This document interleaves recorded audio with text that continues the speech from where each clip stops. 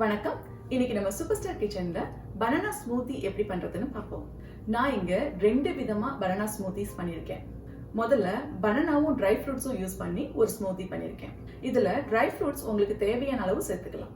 Morning breakfast சாப்பிடாம school ஆபீஸ்க்கு போறவங்களுக்கு இந்த மாதிரி பண்ணி கொடுத்தீங்கன்னா அவங்க கொஞ்சம் எனர்ஜியா இருப்பாங்க.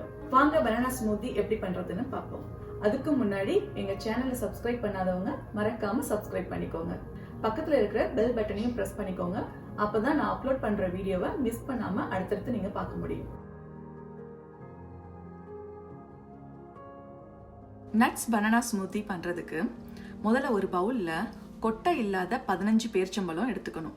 நான் இப்போ 3 பேருக்கு போட போறேன், அதனாலதான் 15 பேரிச்சம்பழம் எடுத்திருக்கேன். அதுல 2 டேபிள் ஸ்பூன் உலர் திராட்சை, 15 முந்திரி பருப்பு,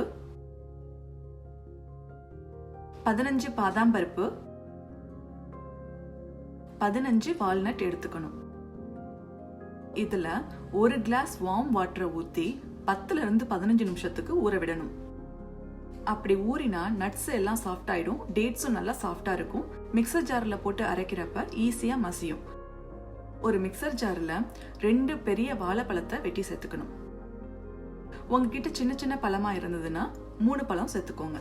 நான் 3 பேருக்கு போடுறதுனால 2 வாழைப்பழம் பெரிய வாழைப்பழம் எடுத்திருக்கேன். அந்த வாழைப்பழத்தோட ஊற வச்சிருக்கிற நட்ஸையும் சேர்த்து நல்லா அரைச்சிக்கணும்.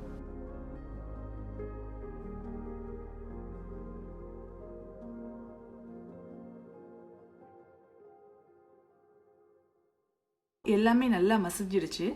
இனிப்புக்காக ஒரு 2 ஸ்பூன் தேன் சேர்க்க போறேன். அது கூட 3 டம்ளர் நல்லா கூலா இருக்கிற பாலை சேர்த்துக்கோங்க.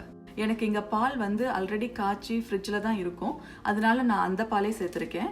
நீங்க இப்ப பால் சேர்க்க போறதா இருந்தா பாலை நல்லா காய்ச்சி ஆற வச்சு ஃப்ரிட்ஜ்ல வச்சு எடுத்துக்கோங்க. இதுல கோல்டு மில்க் சேர்த்தாதான் நல்லா இருக்கும். இதை எல்லாத்தையும் நல்லா நைஸா அரைச்சு எடுத்துக்கணும்.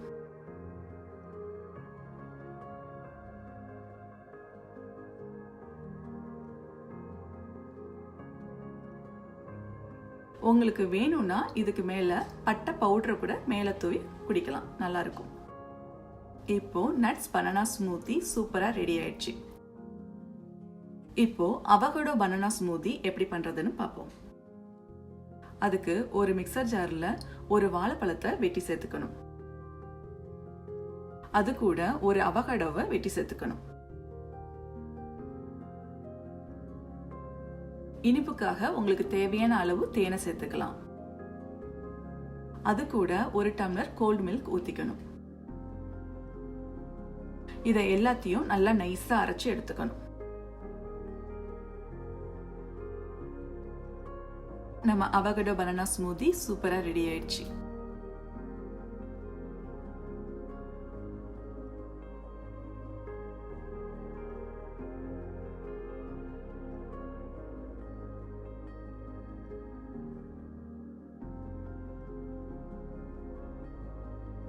நீங்களும் இந்த ரெசிபியை உங்க வீட்டில் ட்ரை பண்ணி பாருங்க. ஹெல்த்தியா சாப்பிடுங்க, ஹாப்பியா இருங்க. மறக்காம சூப்பர் ஸ்டார் கிச்சனை சப்ஸ்கிரைப் பண்ணிக்கோங்க. உங்களுக்கு இந்த வீடியோ பிடிச்சிருந்தா லைக் பண்ணுங்க, கமெண்ட் பண்ணுங்க, ஷேர் பண்ணுங்க. நன்றி.